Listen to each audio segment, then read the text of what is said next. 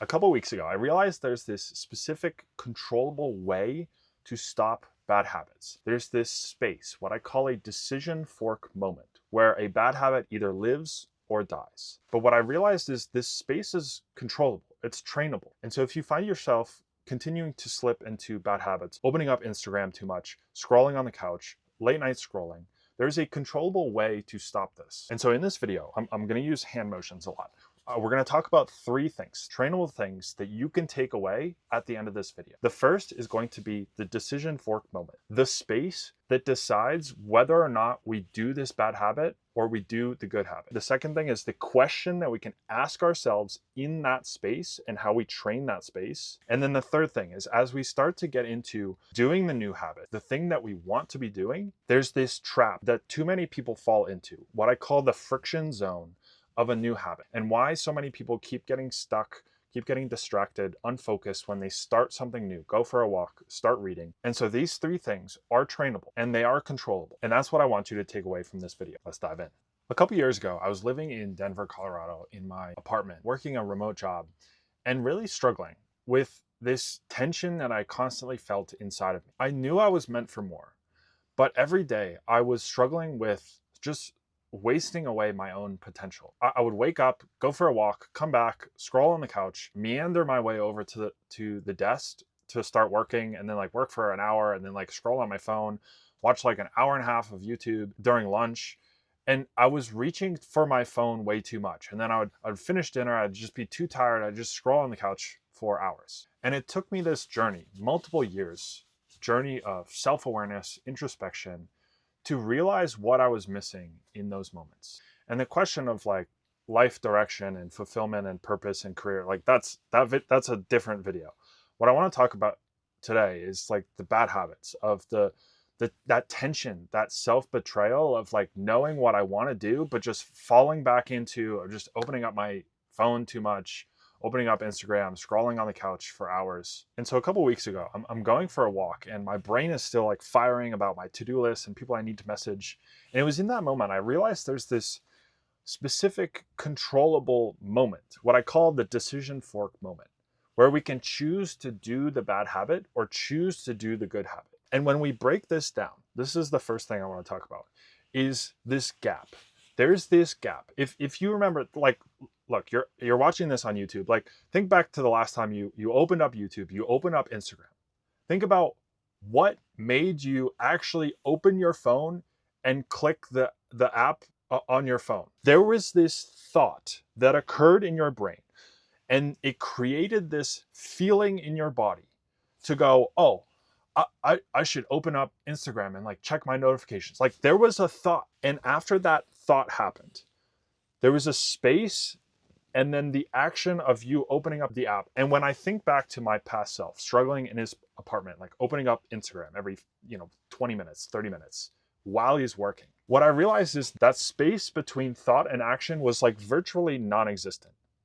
And this is especially bad when you get into these like very stimulated states where like you keep opening up Instagram, you're watching reels for hours.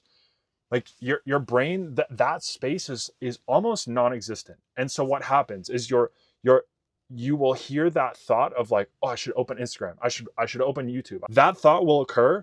And then like there's the gap is like this small between that and you opening Instagram, YouTube. The more that I've gone on this journey of self-awareness, meditation, introspection, the more that I realized you can actually train this gap. And I've learned to grow this gap. And so sometimes I'll be like at the gym or I'll be on a walk and I'll hear this thought of like, oh, I should check the views on my like latest reels, or like, oh, I should check my Instagram like DMs or like notifications. I will hear the thought and recognize it and go, actually, like, wait, do I actually need to do that right now? And not open and just kind of like release that thought from my brain.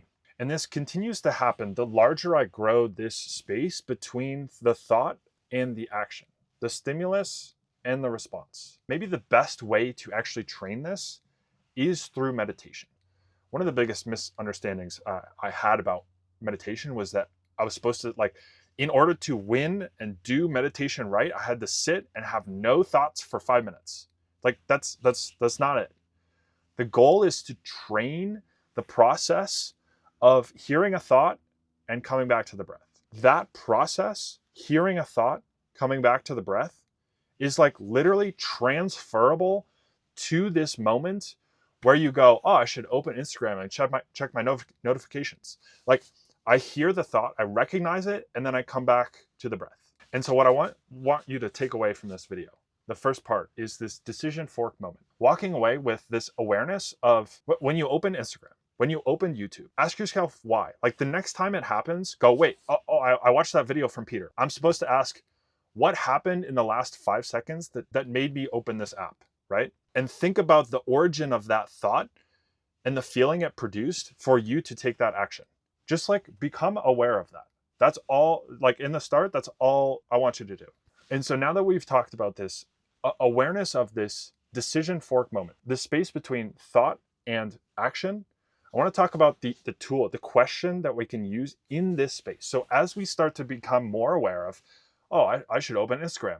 I was aware of that thought. Now I can choose, do I want to open Instagram or do I not? So rather than being in that state of like stimulated, like just automatic response, thought, action, I can go, thought, wait, there's a space, like breathe. And when we're in that space, the single best question that I've realized helps in this specific situation is asking myself, will this information change my behavior right now? Will this change my behavior right now?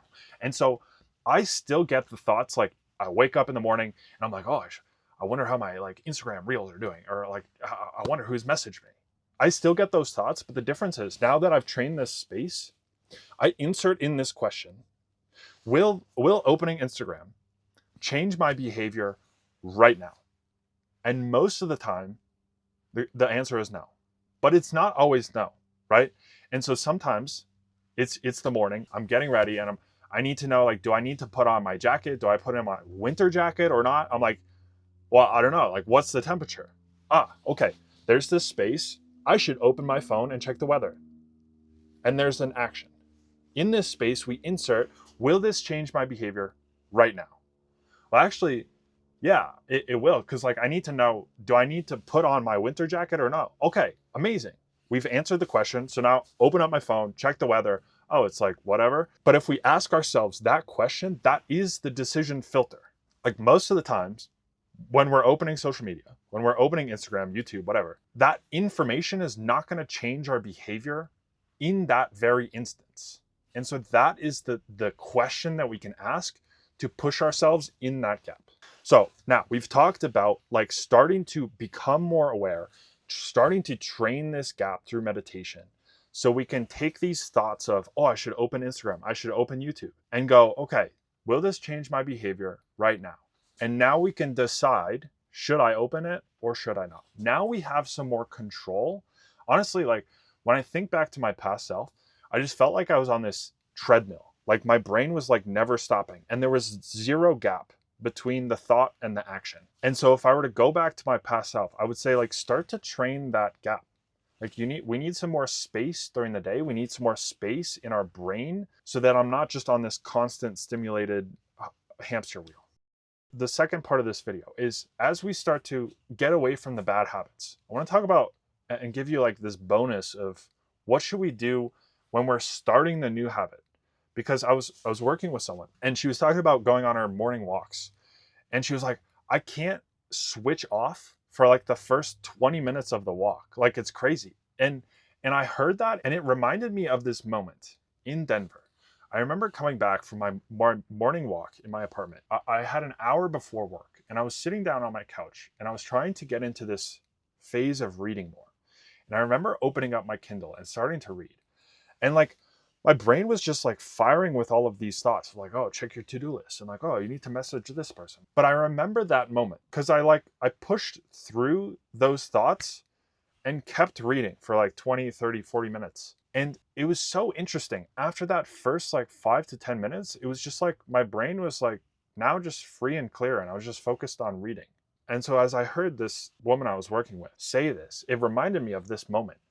And I labeled it the friction zone. When you context switch from some other activity, when you get home from work, when you're doing this other task, and you move tasks to reading, going for a walk, taking a break, like your brain is still firing from the thing it was just doing.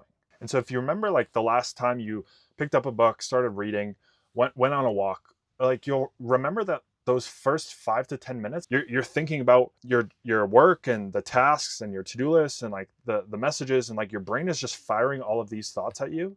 That phase is what I call the friction zone. And it's this 5 to 10 minute zone of the new activity that you need to get through in order to get free and clear. Like your whole objective when you context switch is to understand that the first 5 to 10 minutes, your brain will still be firing thoughts at you. It will be friction. You just need to get through those 5 to 10 minutes, and then your brain is free and clear and it's switched to the new thing. And so what I want you to take away from this video is, as we start to talk about awareness and you start to move into doing this new good habit, doing this new habit, starting to read, going for a walk, taking a break. And so if you have this awareness of this zone, you can go into reading and hear these thoughts like, oh, I need to check my messages. Oh, I need to check my to-do list. Oh, I need to clear my, and go, okay, I hear you thoughts, but right now I'm reading. And I know that if I just do this for the next 5 to 10 minutes, these thoughts will go away and I'll be able to actually focus and feel present reading.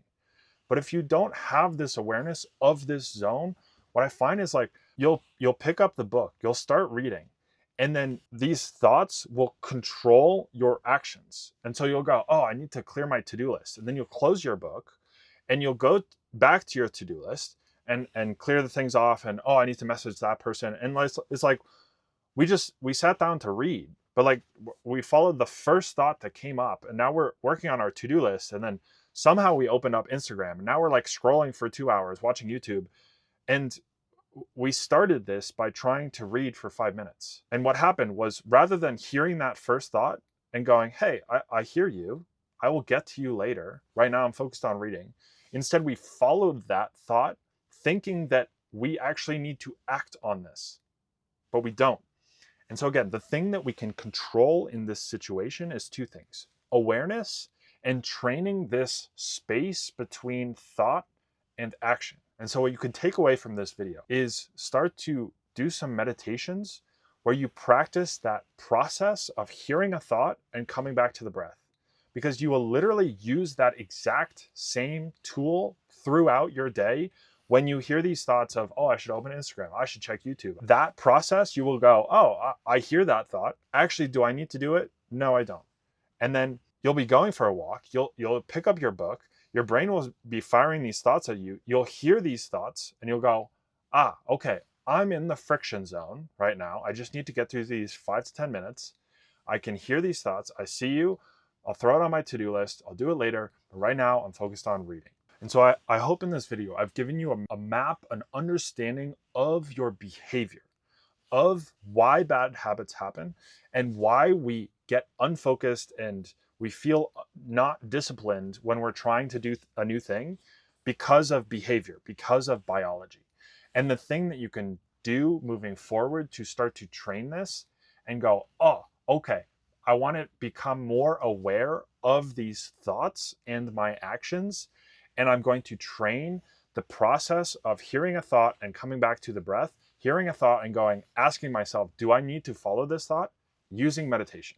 And so I've given you some tools, I've given you a map. And so really the next piece of this puzzle is the accountability and the system to make this sustainable. What I find when I work with people is like, they'll start a new habit and like by the third day, they've lost the excitement and they're just falling back to the old habits.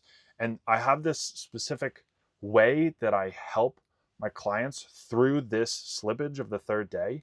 And so if you want that one-on-one personalized accountability, helping you create the systems to get over these slippage points and to be able to end every day looking in the mirror, feeling proud of the progress that you're making and the direction that you're heading, that is what I do. If that's something you're interested in, shoot me a message on Instagram and we'll be in touch. And with that, that's the end of the video. I hope you enjoyed. See you in the next one.